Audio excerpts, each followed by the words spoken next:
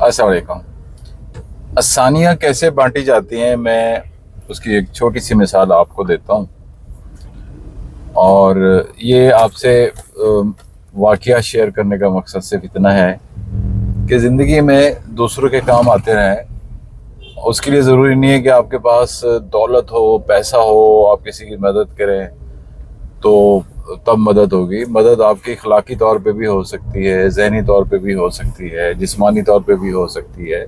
बहुत सारे ऐसे तरीके हैं जिसमें आप दूसरों की मदद करके आप दूसरों को भी खुशियां देते हो और ख़ुद को भी खुशी मिलती है। छोटा सा वाक़या है, लेकिन कल इस वाक़ये ने मुझे बहुत ही काफ़ी देर तक खुश भी रखा और थोड़ा सा मैं सोचता भी रहा, और मैंने कहा आपके साथ शेयर कर लूँ। हम हमेशा वो बातें शेयर करेंगे जिससे तकलीफ़ होगी, जिससे व्यूज़ बहुत आएंगे, और हर बंदे की कोशिश होती है कि इस तरह का टॉपिक डिस्कस किया जाए जिससे लोग जो है वो उसको देखें, सुने और गालियां दें। तो माजरत। तो ये छोटे छोटे मामलात जो होते हैं इन पे भी नज़र रखा करें, ये आपको बहुत सुकून देते हैं। कल मैं हॉस्पिटल में एक काम था, और वो काम करने के बाद हमने गाड़ी जो है वो पार्किंग में खड़ी की। पार्किंग में खड़ी करने के बाद हम लोग चले गए, हमें कोई घंटा डेढ़ घंटा लगा। तो जब बाद में हम वापस आए तो पता चला कि इसकी बैटरी जो है वो वीक है, तो बैटरी बिल्कुल ख़त्म थी। अब मेरे लिए मसला हो गया क्योंकि गाड़ी स्टार्ट नहीं हो रही थी। मेरे साथ मेरा बेटा भी था, मेरे साथ मेरा एक बहुत प्यारा दोस्त भी था। तो जब हमने एक दो दफ़ा उसको धक्का देने की भी कोशिश की, और धक्का हमसे जितना हो सका हमने दिया, लेकिन हमसे स्टार्ट नहीं हुई क्योंकि बैटरी बिल्कुल ही सिग्नल नहीं दे रही थी कोई भी। खैर,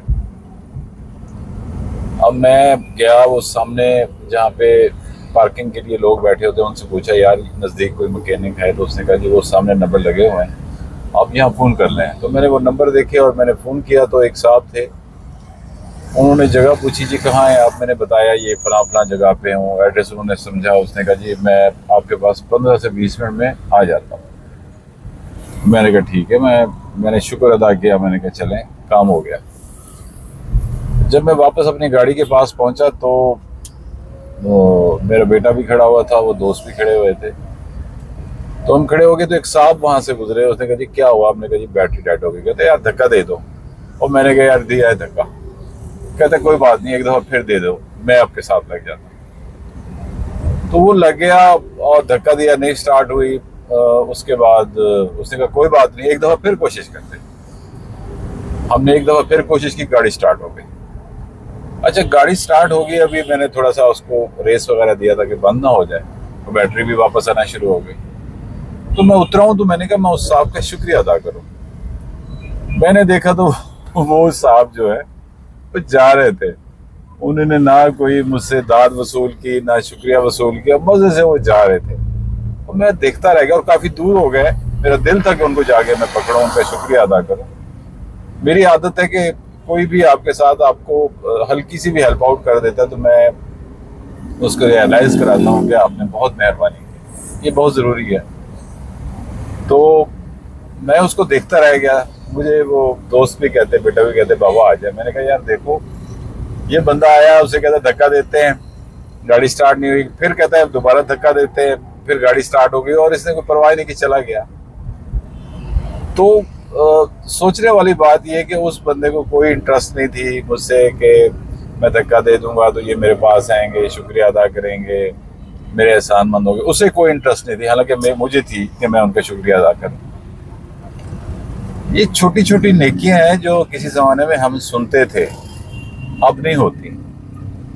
अब आप देख लो कि कोई बाइक से, यहाँ लाहौर में सबसे ज़्यादा बाइक पे एक्सीडेंट होते हैं। एक इतला ये है कि 1000 से 1500 एक्सीडेंट रोज़ रजिस्टर होते हैं। अब आप अंदाज़ा लगा लें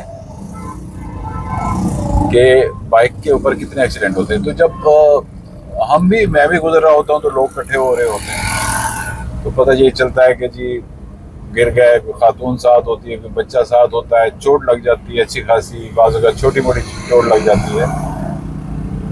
तो अभी भी मैंने देखा कि लोग इकट्ठे हो जाते हैं, हेल्प आउट करते हैं। पाकिस्तान में ये बड़ी बात है, लोग इकट्ठे होते हैं, हेल्प आउट करते हैं, कोई 112 पे फ़ोन कर देता है और कोई जो है वो उनको सहारा दे देता है, कोई साइड पे कर लेता है। हाँ, कुछ लोग ऐसे भी होते हैं जो वीडियो बनाने में लग जाते हैं ताकि ये हम फेसबुक पे या दूसरे सोशल मीडिया पे डाल सकें ताकि इसके बल्ले बल्ले हो जाए। तो कहने का मकसद ये है कि बाहर की दुनिया में जाएं, तो मैं ये नहीं कहता कि बाहर की दुनिया में एहसास नहीं है, एहसास शायद उनको हमसे भी ज़्यादा है, लेकिन ये चीज़ पाकिस्तान में सबसे ज़्यादा हुआ करती थी। इसी ज़माने में अगर जब आबादी कम होती थी तो अगर किसी ज़माने में कोई छोटा सा वाक़या भी हो जाता तो लोग आते थे, पूछने के लिए आते थे, खैरियत पूछते थे, दुआएं देते थे। और आजकल का ये माहौल है कि आबादी बढ़ गई है, रश बढ़ गया है शहरों में। जो छोटे छोटे कस्बे थे जहाँ ज़रा ज़रा सी बात जो है वो फ़ौरन एक सिरे से दूसरे सिरे तक पहुँच जाया करती थी, अब वहाँ हमसाये को में कुछ हो जाता है तो दूसरे हमसाये को पता भी नहीं होता। ये रियलिटी है। अब इसकी वजह बेहिसी नहीं है, इसकी वजह बहुत सारी दूसरी हैं। आबादी बढ़ गई है, महंगाई बढ़ गई है, रोज़ी रोटी लोगों को कमानी होती है, निकल जाते हैं। पहले ज़माने में ये होता था कि सब्र और शुक्र लोग ज़्यादा करते थे, थोड़े को बहुत समझते थे और एक दूसरे से मिलते थे, खुश होते थे, एक दूसरे के लिए टाइम निकालते थे। यार आज फलां बंदे के पास जाना है, वहाँ जाके बैठना है, हुक्का पानी पीना है, गपशप करनी है। और वहाँ पे लोग मुंतज़िर भी होते थे कि फलां कब आएगा, फलां कब आएगा, गप्पे मारते थे। अब वो ज़माना ख़त्म हो गया, उस पर रोना धोना नहीं चाहिए, इसलिए कि वक्त के साथ चीज़ें बदलती रहती हैं। वक्त बदल गया है, लोगों के पास टाइम नहीं है, रोज़ी रोटी के लिए जाते हैं, लेकिन दूसरों का ख्याल कर लिया करें, दूसरों का एहसास कर लिया करें, दूसरों की तरफ देख लिया करें। मुझे याद है हमारे वक्त में, मेरी माशाल्लाह उम्र अच्छी खासी हो गई, अल्लाह ताला ने इतनी लंबी उम्र दे दी है। मैं तो अपने मालिक का जितना भी शुक्र अदा करूँ कम है। उसने सेहत वाली ज़िंदगी दी और बड़ी अच्छी ज़िंदगी मैंने गुजार ली है। तो हमारे ज़माने में ये होता था, मुझे याद है कि अगर बुखार भी आ गया तो शाम को रिश्तेदार दोस्त घर आते थे, पूछते थे क्या हुआ इसको। तो वालिदैन बताते थे बुखार आ गया, तीसरा दिन है, बुखार नहीं टूट रहा, ये नहीं हो रहा, वो नहीं हो रहा। ये एक रूटीन का मैटर होता था और इस रूटीन के मैटर में वो जो रिश्तेदार या दोस्त आते थे वो उस ज़माने में 1 रुपया, 5 रुपए, 2 रुपए वो पेशेंट के साथ रख के जाते थे कि ये ले, अपनी खुशी से थोड़े से पैसे दे के जाते थे। अब जो वो पेशेंट या वो बच्चा, या ज़ाहिर बात है हम बच्चे थे उस ज़माने में, तो जब हम ठीक होते थे तो पता चलता था हमारे तकिए के नीचे 30 रुपए, 35 रुपए, 20 रुपए, 40 रुपए हो गए हैं। तो बीमार होने के बाद हमें सबसे ज़्यादा खुशी ये होती थी कि हमारे पैसे और हम ये खर्च करेंगे, लेकिन अब ये कल्चर बिल्कुल नहीं रहा, ख़त्म हो गया है। अब कोई मेजर एक्सीडेंट होता है, अस्पताल में जाते हैं, वहाँ कोई भी नहीं आता, बस वो उसके जो जिसका भी एक्सीडेंट होता है उसका भाई होगा, बाप होगा, बेटा होगा, कोई भी होगा, वो लोग होते हैं और कम लोग होते हैं जाके पता करते हैं। तो ये चीज़ें ख़त्म हो गई हैं वक्त के साथ, और उस वक्त ने ऐसी करवट ली है कि हर बंदे को ये सोचना होता है कि कैसे पैसे बनाएं, घर वालों के लिए रोटी दाल जो है वो कैसे बंदोबस्त करें। रियासत अपने मामले में, हुकूमत अपने मामलात में फंसी हुई है, वो तरमीमें पर तरमीम कर रही है, उन्होंने अपने फ़ायदे देखने होते हैं। पब्लिक के लिए कोई तरमीम नहीं है, तो पब्लिक के लिए यही तरमीम है कि जैसे हो याशी करो। चले, ये भी एक अमल है ज़िंदगी का। जब आप सिर्फ अपने बारे में सोचते हैं और जिनसे वोट लेके नहीं आते उनके बारे में नहीं सोचते, तो एक वक्त ऐसा भी आता है कि सिस्टम ये भी बदल जाता है। ये ऐसा सिस्टम नहीं रहता, तो ये कब तक होगा? एक दिन ऐसा ज़रूर आएगा कि ये भी सिस्टम बदलेगा और इससे बेहतर सिस्टम आएगा। ये हकीकत है कि हर ख़राब सिस्टम के बाद जो बेहतर सिस्टम आता है उसमें थोड़ा वक्त लगता है, लेकिन आता ज़रूर है।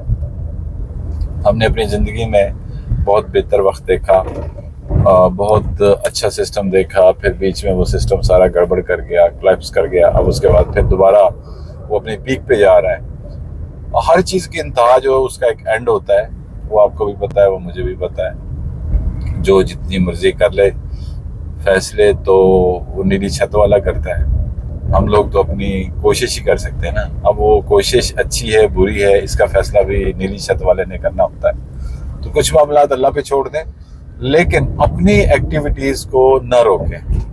दूसरों के साथ प्यार, मोहब्बत, हमदर्दी, ये जज्बा जो है, जो मेरी उम्र के लोग हैं वो मुंतकिल करें बच्चों में।